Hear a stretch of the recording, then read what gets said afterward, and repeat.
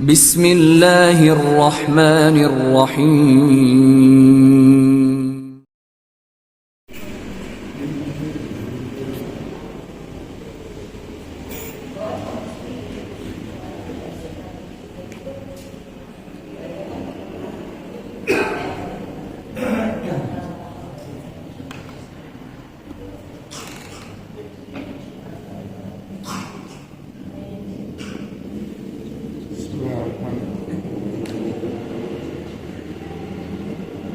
Bismillahirrahmanirrahim. Assalamualaikum warahmatullahi wabarakatuh. Waalaikumsalam.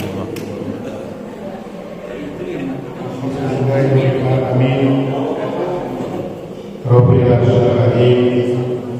Rabbil nas ajmain. Asyhadu an la ilaha illallah wa asyhadu anna Muhammadan rasulullah. Jami'il makhluqin khataman nabiyyin wa imamul mursalin.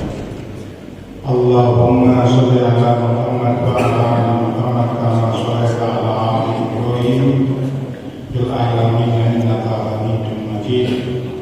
Wa barik ala Muhammad wa ala ali Muhammad kama barakta ala ali Ibrahim fil alamin innaka Hamidum Majid.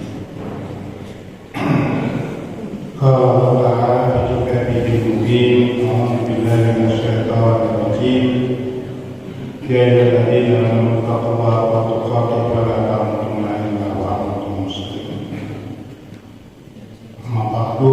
Allahumma inna nas'aluka ilman nafi'an wa rizqan thayyiban wa amalan mutaqabbalan.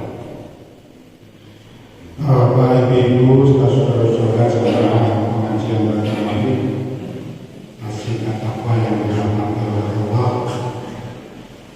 Alhamdulillah, kita patut bersyukur, berterima kasih kepada Allah Subhanahu wa Ta'ala atas segala bentuk kenikmatan rahmatnya yang sudah dianugerahkan kepada kita, sehingga kita bisa melaksanakan kewajiban-kewajiban kita, aktivitas kita, baik selaku hamba Allah Subhanahu wa Ta'ala, selaku abdun, maupun sebagai khalifah wakil Allah di muka bumi ini untuk mengatur, mengelola, menjaga alam semesta ini agar tetap dalam keadaan harmonis.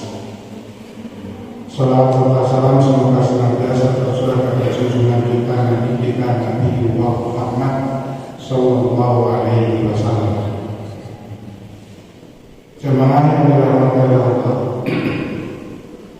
pada malam hari ini kita masih melanjutkan kajian yang kemarin, yaitu tentang macam-macam iddah atau pembagian iddah.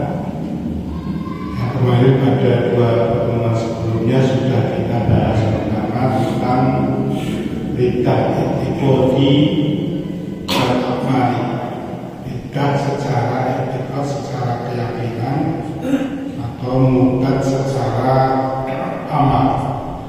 Maka pada malam hari ini kita masuk ke Qismus Salis, yaitu ke bagian yang ketiga, yaitu iddah al-aqwal, muddat secara perkataan. Bismillahirrahmanirrahim. Wal Qismus Salis, adapun bagian yang ketiga, al-aqwalu, yaitu al-aqwal, lidah secara ucapan.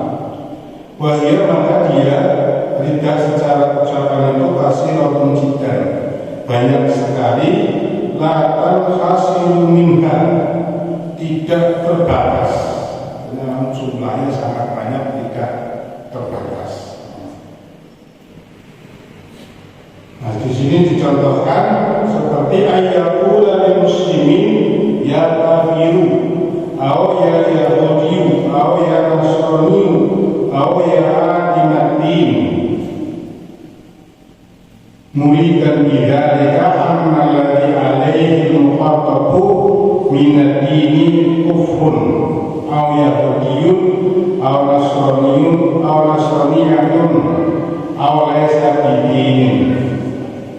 Jadi contoh yang ketiga, contoh dari nikah secara perkataan itu seperti seseorang yang berkata kepada saudaranya yang muslim atau kepada muslim yang lain dengan memanggil ya kafir, ya Yahudi, ya Nasrani, hai orang Nasrani, hai Ahmadi, hai orang yang tidak beragama, dengan maksud bahwa orang yang dituju itu, yang dipanggil itu, diyakini dia sudah kufur. Jadi orang yang jelas-jelas masih muslim, masih sholat, masih zakat, masih puasa, gitu, hanya melakukan suatu amalan yang menurut orang tersebut, orang yang memanggil itu menjadikan dia kufur, langsung dipanggil kafir, hei kafir, hei Nasrani, hei Yahudi, hei orang yang tidak beragama. Nah, itu karena hadis ayyuhal bikir qala li ahlihi ya kafir faqad biha ahaduhuma in kana kama qala wa illa raja'at alaihi. Dikata Rasulullah itu, orang yang mana saja yang mengatakan, yang menyuruh kepada saudaranya yang muslim itu dengan panggilan hei kafir, maka sungguh hanya ada antara dua. Yang pertama, yang dipanggil memang benar-benar kafir atau salah satu di antara keduanya. Tetapi jika yang dipanggil ternyata di hadapan Allah itu dia belum kufur, maka kekufuran itu kembali kepada yang panggil. Nah, sekarang itu akan banyak karena melihat perbedaan paham sedikit langsung panggil kafir, Yahudi, karena dia masih jelas-jelas masih muslim. Nah, ini bisa panggilan-panggilan itu bisa menjadikan orang yang menyuruh dengan panggilan itu pada orang yang masih jelas-jelas muslim, dia sendiri yang dianggap kufur.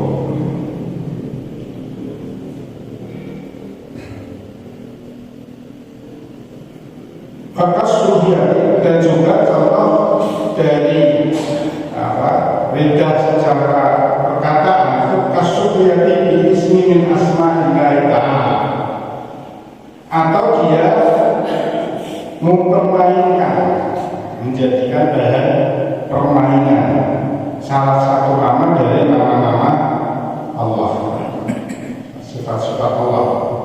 Allah itu punya sifat aziz, Zat Azizun, artinya yang maha perkasa. Lalu juga bukan aziz, tapi aziz pakai ji. Nah, itu artinya yang lemah. Allah aziz. Itu berarti sudah Allah itu lemah. Itu berarti menasabkan sesuatu pada Allah, sesuatu yang tidak layak. Apalagi itu tujuannya adalah sekitar untuk bermain-main. Atau misalnya Allah itu kan alim, pakai ain, alim, maha mengetahui. Lalu ainnya dulu tak pakai alif, ali, alif, pakai hamzah, ali itu artinya yang menyakiti. Ada pun ali, ada yang sangat medih, menyakitkan, memedihkan. Kita meletakkan Allah itu berarti jago menyampaikan, itu nggak boleh. Makanya kita harus hati-hati dengan istilah-istilah. Kayak di dalam Al-Quran itu nggak tahu ruangnya walaupun mundurnya. Jangan mengatakan rohnya, karena orang Yahudi itu roa itu tadi artinya melihat. Tapi kalau bukan pakai roa, tapi pakainya ain, artinya jadi berubah. Jadi kita tidak boleh.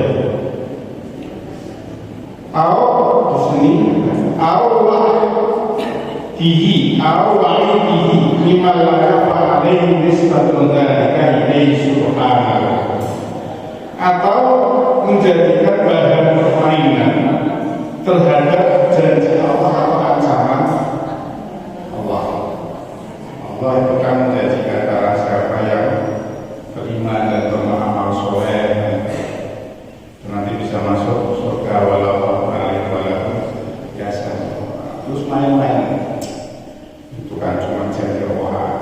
hak itu nggak boleh. Jadi kalau sudah kayak itu nggak boleh. Atau Allah mengancam di dalam Al-Quran jelas-jelas Allah mengancam dengan azab yang pedih terhadap orang-orang yang zalim. Allah mengancam orang-orang yang mengadab manusia yang melakukan kerusakan di alam semesta ini. Lalu terhadap ancaman Allah yang sudah di dalam Al-Quran itu main-main. Bapak salah. Buktinya banyak orang yang meramal itu nggak ada. Jadi menjadikan janji Allah atau ancaman Allah itu sebagai bahan mainan, sebagai bahan sendaguro gitu. Nah, itu juga nggak boleh. Itu bisa menjadikan seseorang itu terjerumus dalam kemungkaran. Artinya apa? Kalau dia terlalu sering kayak itu, sering terlalu terus kayak itu, maka makin lama dia makin jauh dari Islam tanpa dia sadar. Bahkan yang perlu atau juga orang yang mengatakan lau amarullahu bidalika lafa'al lau saratul qiblat fi jihadin kata masyarakat ilayya lau aqalillahu aqalillahu al-jannah maka khutbuha mustaqifan mudhiran lil inati atau menjadi orang yang mengatakan sekiranya Allah, seandainya Allah memerintahkan aku untuk berbuat begini dan begitu, maka aku tidak akan mengerjakannya. Jadi sekiranya Allah memerintahkan aku untuk melakukan ini, pasti aku tidak akan mengerjakan. Seandainya Allah memerintahkan saya masuk sumur, terjun ke dalam sumur, saya tidak akan memenuhi. Karena apa? Karena perintah itu tidak sesuai dengan akal sehat saya. Nanti nggak boleh. Kalau tujuannya apa? Tujuannya itu adalah mustahil dalam rangka merendahkan. Jadi ada unsur. Kalau merendahkan hanya sedang dulu saja. Kalau hanya sedang dulu saja, berarti dia sudah berbuat maksiat pada Allah. Tapi kalau ada tujuan untuk mempermainkan semuanya itu, maka dia bisa dianggap sebagai bid'ah dalam ini menurut bid'ah ini. Atau orang yang mengatakan sekiranya arah kiblat itu berpindah, maka aku tidak akan menghadap ke arah kiblat yang baru. Padahal kan kaitan itu syariat saja. Ya walaupun kalau sekarang itu ya tidak mungkin berpindah karena arah kiblat yang dibawa oleh yang ditunjukkan oleh syariat Islam yang ditahukan oleh Rasulullah SAW itu sudah final. Jadi sekiranya ada orang datang menyuruh lagi untuk berpindah arah kiblat, saya tidak akan pernah berpindah. Karena saya meyakini bahwa arah kiblat yang sudah Rasulullah itu arah kiblat yang benar dan itu yang mutakhir itu berbeda. Karena di situ tidak ada unsur meremehkan. Jadi yang dibahas di sini itu istighfar. Jadi unsur meremehkan, unsur bermain-main.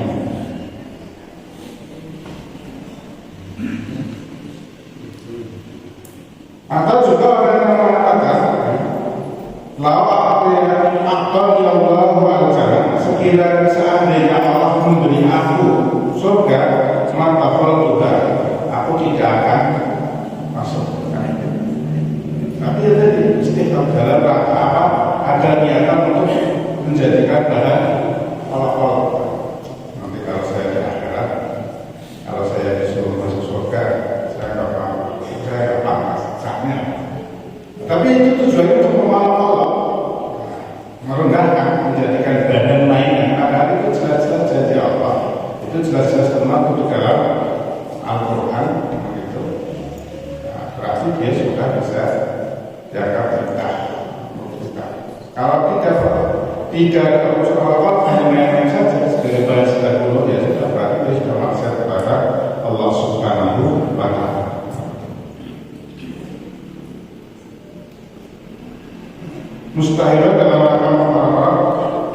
mudhiran iman, atau terlepas memang betul-betul untuk menentang, secara zahir untuk menentang berarti tidak yakin, tidak yakin adanya surga. Nah, kemudian mengatakan seperti tadi. Bahkan yaqulu law aqadani Allahu bi fardhi sholati ma ana fihi min al-marati dhalaman. Atau seperti orang yang mengatakan, seandainya Allah itu menghukum aku karena aku meninggalkan sholat sedangkan aku dalam keadaan sakit, maka Allah itu pasti telah berbuat zalim pada diriku maka dolangan. Ini juga seperti nanti kalau di akhirat, kalau misalnya saya disidang terus ternyata saya dihukum Allah gara-gara banyak meninggalkan sholat, karena saya sholat karena saya sakit tidak bisa mengerjakan sholat, berarti Allah sudah boleh. Saya akan minta nanti dia tidak boleh. Jadi itu karena terkait dengan dan Allah Subhanahu wa Ta'ala. Di istighfar. Awal al-fi'li hatta sahada bi ghairi takdirillah. Atau dia berkata terhadap suatu perbuatan yang terjadi dengan mengatakan ini bukan takdir Allah Subhanahu wa Ta'ala. Ini bukan takdir Allah. Ya apa saja ya. Ada orang naik kendaraan gitu, nah, kemudian dia tabrakan dengan yang lain. Kadang-kadang ya sudah pelan, sudah ngerti masing-masing, tapi akhirnya terjadi tabrakan juga. Lalu kita mengomentari, ini kecelakaan bukan takdir Allah. Ini semata-mata karena kesalahan hati yang bawa motor itu. Hati yang bawa. Karena semuanya adalah takdir Allah. Apa yang terjadi itu hanya sebagai sebab saja. Sebagai sebabnya saja, sebagai sebuah akibat untuk terjadinya takdir Allah. Orang meninggal dunia itu sudah takdir Allah. Apapun caranya itu adalah takdir Allah. Walaupun Allah untuk mencabut, memerintahkan mereka mencabut nyawa. Hanya kemudian ada sebab akibat. Sekiranya tidak ada sebab akibat, itu yang disalahkan mesti malah mereka. Tidak, gara-gara dicabut nyawanya oleh mereka mau. Lagi meninggal lagi gara-gara dicabut nyawanya. Akhirnya mereka mau menjadi korban. Jatuh sebagai penyebab kematian. Nah, maka Allah membuat takdir yang namanya sebab usaha. Sehingga ketika ada orang meninggal di rumah sakit, nah ini meninggal bukan karena rohnya ini disebabkan karena penyakit jantung. Tapi semua sebab itu ujung-ujungnya adalah karena kehendak Allah Subhanahu wa Ta'ala. Nah, kok ada orang mengatakan sesuatu yang terjadi itu bukan karena takdir Allah, nah itu bisa dianggap tidak secara qauli.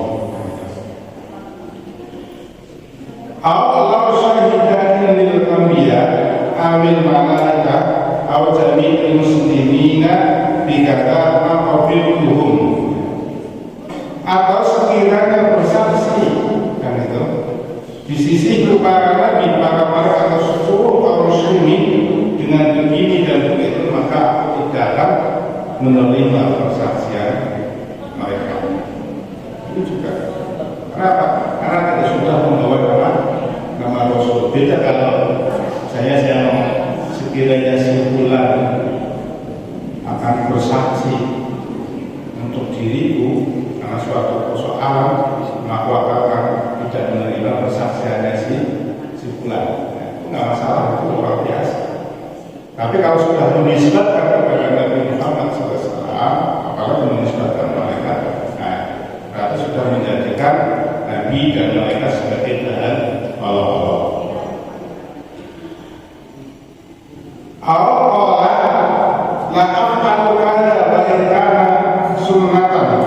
Because the istihzai, atau orang yang berkata aku tidak melakukan begini dan begitu sekalipun sunnah dengan tujuan istihza itu mu'alaf-alaf, jadi mu'alaf-alaf syariat. Misalnya aku tidak akan melakukan itu sekalipun itu sunnah, aku tidak akan melakukan, tapi tujuannya adalah istihza. Beda kalau sekalipun sunnah aku tidak akan melakukan karena memang tidak punya kemampuan bisa melakukan itu, nah, itu beda. Tapi kalau tujuannya tadi istihza untuk sebagai barang Allah, nah, itu sama. Kemudian awal Nabiya ma'amatu bihi awatohu alimun fatawar awal aisyah hada syarab muridan lil istighfar dengan tujuan untuk menghina atau meremehkan, atau seorang yang mengatakan sekiranya sebulan itu nabi maka apakah tidak akan beriman padanya, atau seorang alim datang kepadanya memberikan kabar lalu dia berkomentar Aisyah itu dari kata Ayusyai. Jadi Ayusyai itu untuk menyatakan sesuatu yang tidak jelas. Ayusyai dari mana syariat ini? Tapi tadi muridan dengan tujuan untuk apa? Meremehkan. Kalau tadi yang pertama itu mengatakan ya kalau sebulan itu Nabi saya tidak akan beriman, tapi tujuannya hanya untuk istighfar, meremeh-remehkan saja, justru mempermainkan agamanya.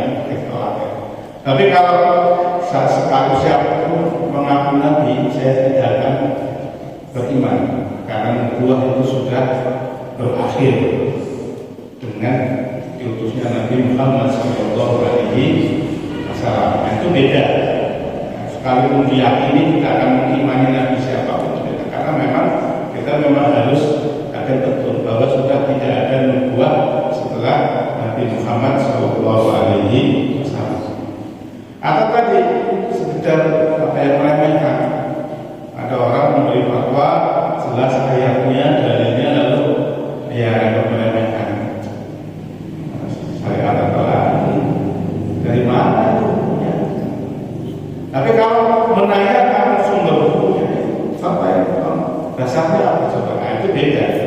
Karena itu ingin mengetahui sumber hukum dasar dari sebuah fatwa.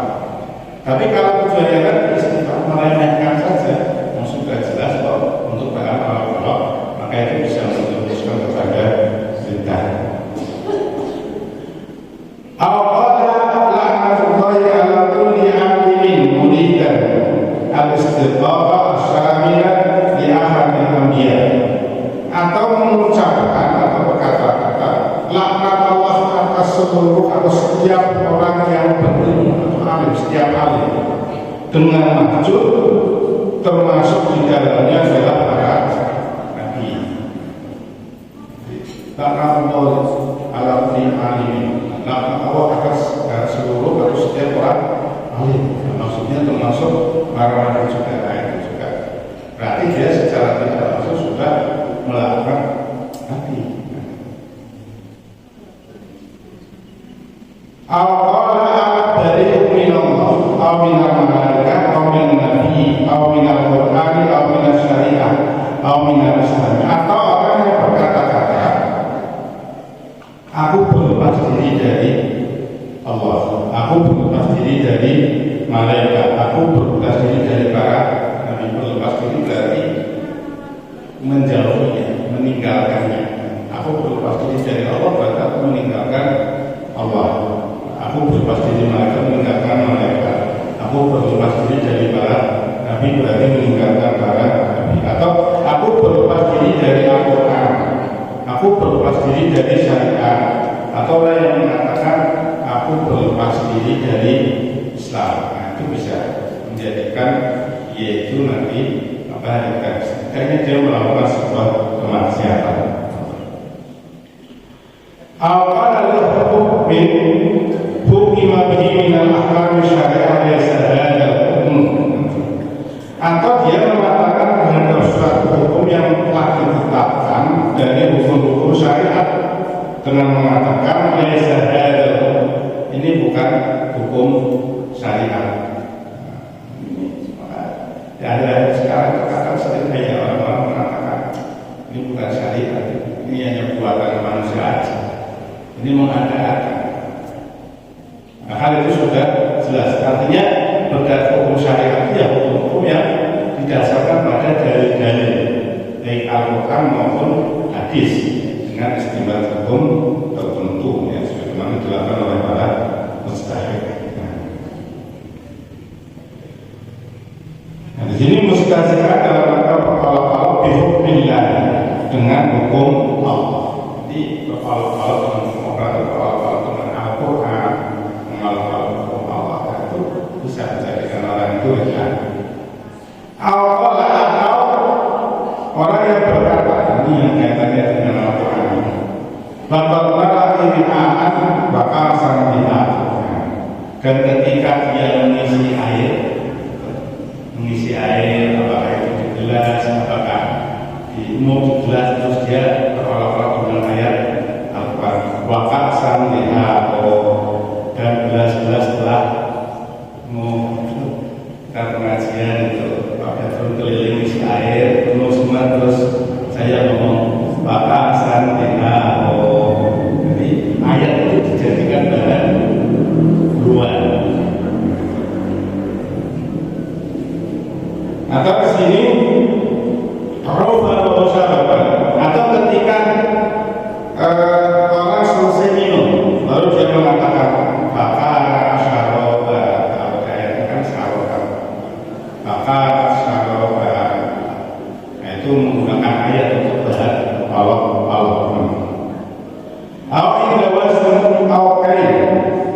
Atau ketika dia menimbang atau melihat orang meninggal,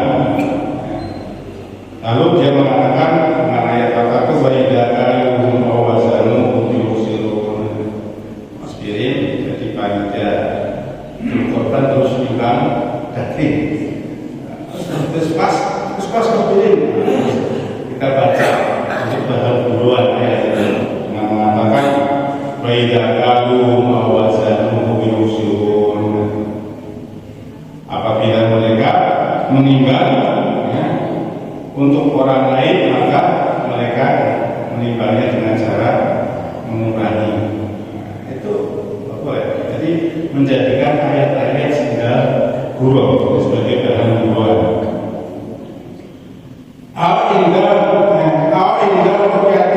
Atau ketika melihat sekumpulan manusia, orang berkumpul banyak, berkelompok-kelompok, lalu dia bermain-main menjadikan ayat itu sebagai bahan sehingga guru dengan menggunakan ayat misalnya bahasyafunahum pada menghadiri minhum ahada,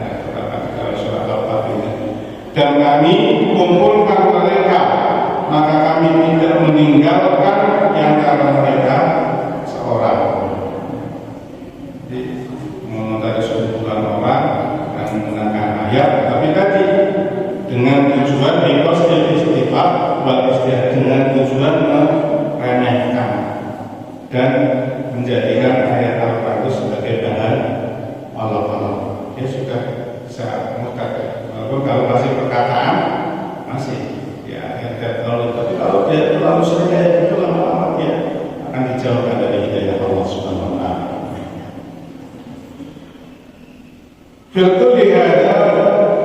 Filkulli wa kada kullu mawdi'in ustumila fihi al-Qur'an bidzalika qasti.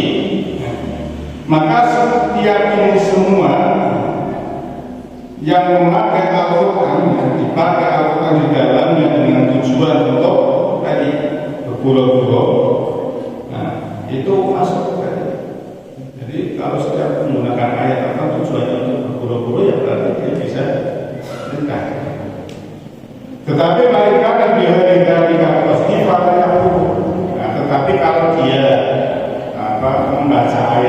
tujuannya bukan untuk merendahkan, bukan untuk sebagai bahan olok-olok gitu ya. Hanya sekedar untuk cepat biar ingatan terhadap ayat-ayat Al-Quran itu kuat. Kalau hafalan Al-Quran itu kan ada 4 tingkatan kalau nggak salah. Jadi yang pertama itu hanya hifdzul saja, menghafal saja, itu kemampuan menghafal dari pertama sampai akhir. Kemudian setelah itu ada tingkatan yang kedua namanya istiwa, jadi kemampuan menghafalannya itu sudah melanjutkan. Orang membaca sebagian ayat kemudian dia bisa melanjutkan. Nah, kemudian yang ketiga itu istidlal. Ada yang mengatakan ketiga itu istidlal itu bisa menyebutkan ayat ini ada surat apa, ayat berapa. Saya misalnya juz 30 itu. Tapi kalau ditanya kasar di HP itu surat apa, ayat berapa, nggak bisa. Jadi tidak bisa istighfar. Tapi kalau yang sudah istighfar itu seperti Ustaz Ali Hidayat. Ayat ini, terdapat di surat ini, ayat ini terdapat di sini itu istighfar. Nah, yang terakhir itu istidlal, sebenarnya yang paling benar. Istidlal itu menjadikan ayat sebagai dalil. Jadi setiap dia mengatakan ini selalu saja ada dalilnya. Dalilnya ayatnya ini mengatakan misalnya riba itu haram di dalam Al-Quran, itu bisa langsung ayat haramnya itu langsung keluar. Zina itu haram, bisa langsung menyebutkan ayat haramnya zina. Itu namanya istidlal. Nah, kebanyakan kita yang masih dianggap hafalan biasa itu. Oke, kadang-kadang yang masuk ke tengah jalan bingung sendiri. Gitu. Nah, kalau yang tingkatan kita sudah istimewa. Nah, kalau hanya sekedar untuk melatih mengeluarkan ayat untuk merespon segala sesuatu kan itu, seperti orang ditanya apa sih berkata yang bagus, lalu pakainya ayat Al-Quran. Wahai uzat takwa, sebagus-bagusnya bekal adalah takwa. Itu kan istidlal, itu kan tidak dalam rangka untuk istihza, malam-malam itu nggak apa-apa. Tapi kalau untuk malam-malam itu nggak boleh. Kalau yang ulama itu saya mengatakan, tetapi berkata Syekh Ahmad bin Hajar rahimahullah, la taqtu hurmatuhu. Orang yang seperti itu ya, yang tadi sekalipun sudah sampai pada mengolok-olok, tapi ya hanya sekedar ngomong aja itu bisa dijauhkan dari rahmat Allah. Bahkan yang buruk masyarakat Nabi, begitu juga orang yang berkata sesuatu yang tidak kufur, yaitu orang yang satara Nabi, mencaci Nabi, para Nabi, mencaci, yang menjelek-jelekan, mencaci Nabi itu bisa. Awal kata mencaci Nabi malaikat. Malaikat ada kita saja kayak ini, semuanya hancur, rumah kita hancur, itu kan kalau malaikat menyalahkan malaikat. Awal aku mau kawadan insoleh, aku mau akan menjadi kawadan. Kawadan itu kalau diterjemahkan saya itu bermu atau mucikari. Atau aku akan mengatakan aku akan jadi bermu kalau aku sholat. Aku artinya menjadi tidak baik kalau sholat. Aku kalau sholat malah jadi pencuri. Aku kalau sholat malah jadi mabuk misalnya. Nah, itu bisa.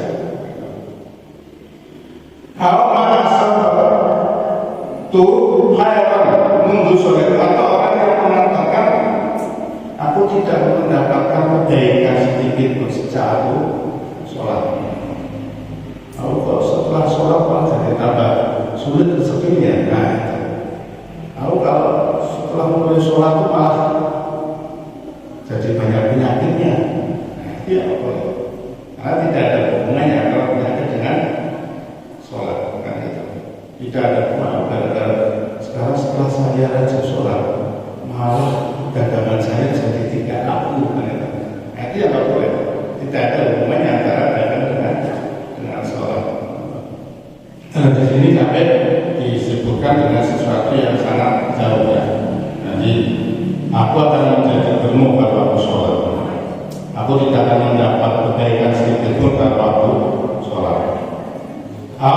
As-salatu atas rukuni di qasdil istighfar. Atau orang yang mengatakan bahwa sholat itu tidak akan mendapatkan kebaikan kepada aku dengan tujuan untuk meremehkan sholat itu. Ambil istighfar itu sebagai bahan kalau istighfar atau dengan tujuan agar dihalalkan dia, dibolehkan dia meninggalkannya. Ambil tasawuf dia atau dengan tujuan untuk menjelek-jelekan sholat itu. Al-Qala muslimin atau dia berkata kepada seorang muslim, ana aku buka wa aku nabiika. Aku ini adalah musuhmu dan musuh nabimu. Tapi kan memposisikan dirinya sebagai, kalau dia orang kita bicara orang muslim, berarti kita memposisikan diri sebagai musuh Nabi Muhammad Sallallahu Alaihi Wasallam. Itu bisa mengarahkan musuh-musuh kita kepada kemurtadan. Awal syaririn anak aku wa anak matuhu ketika aku adalah musuhmu dan musuh kakekmu, murid dari Nabi Sallallahu Alaihi Wasallam. Maksudnya akan itu berarti nenek moyang, berarti Nabi Muhammad, itu sama saja dengan yang tadi. Awal aku syaitan min afihadi bin alfad al-basyati as-saniyah, atau dia mengatakan sesuatu ya, yang semisal dengan lafaz-lafaz itu semuanya lafaz-lafaz yang buruk dan sangat jelek. Maka bahwa anta Syekh Ahmad bin Hajar al-Qadiyah rahimahullah ta'ala fi kitabihima al-akhlaq, ya sungguh telah menyebutkan Syekh Ahmad bin Hajar al-Qadiyah rahimahullah dalam kitab keduanya yang namanya Al-Ham dan As-Sifat Al-Asya'a, beberapa hal kasyiratan yang banyak. Artinya di dalam kitab Al-Ham dan kitab As-Sifat yang ditulis oleh dua syekh tadi itu menyebutkan lebih banyak dari yang disebutkan di sini. Faya bahagilah alaihima hadina malam yakir asyara yang fihi, maka seyogianya setiap muslim, setiap orang itu untuk melihat, untuk membaca, untuk mempelajari hal-hal tersebut itu semua. Karena sesungguhnya orang yang tidak tahu keburukan maka dia akan jatuh pada keburukan. Artinya apa ya? Kita memang disuruh belajar tentang syariat. Kalau hal-hal tadi masuk hal-hal yang bisa menjadikan kita mudah apa saja, kita perlu belajar, kita perlu membaca. Sebab kalau kita belajar, tidak membaca, tidak bertanya, jangan-jangan kita sudah terjatuh dalam kemurtadan. Kalau kita ingin tidak terjatuh dalam kesyirikan, ya kita harus membaca hal-hal yang tergolong berbagai syirik. Kalau nggak bisa membaca, ya bertanya gitu. Agar kita tidak terjatuh dalam perbuatan syirik. Berapa banyak orang yang tidak tahu bahwa itu perbuatan buruk, jelek, jahat, akhirnya dia jatuh dalam perbuatan tersebut tanpa dia sadar. Inilah pentingnya kita kaji, pentingnya kita belajar syariat, pentingnya kita membaca.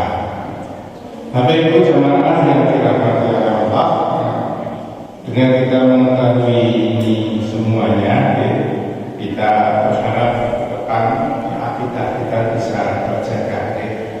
Ya, syukur-syukur minimal secara lisan tidak dekat, tapi jangan sampai ya secara etikot kita dekat. Karena kalau sudah secara etikot berarti itu kita bukan sudah di hadapan Allah. Secara zahir kita mungkin dianggap masih muslim, tapi mungkin di hadapan Allah kita sudah dianggap luar dari Islam. Ini yang harus kita hati-hati ya, karena ini persoalan kita itu persoalan keyakinan, persoalan yang termasuk prinsip yang harus kita ketahui dalam persoalan agama.